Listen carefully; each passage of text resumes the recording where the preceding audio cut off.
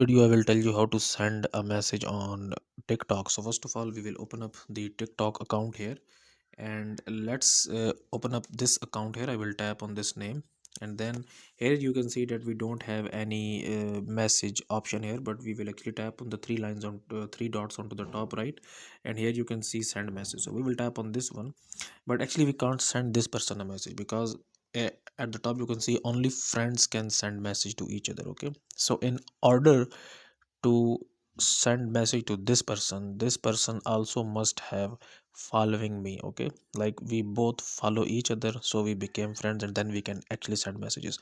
So if I go back here, and if I tap on my profile here, and if I tap on the following option here, let's following option here, and let's open up this. Here you can see that we have friends, so I will open up his account here, and here you can see that we have and you can see that we have here this message option. Okay, so if I tap on the three dots onto the top right, I can message it from here, and now I can actually send message. Okay, so guys, if you find this video useful, kindly like this video and subscribe to my channel, and I will see you in the next video.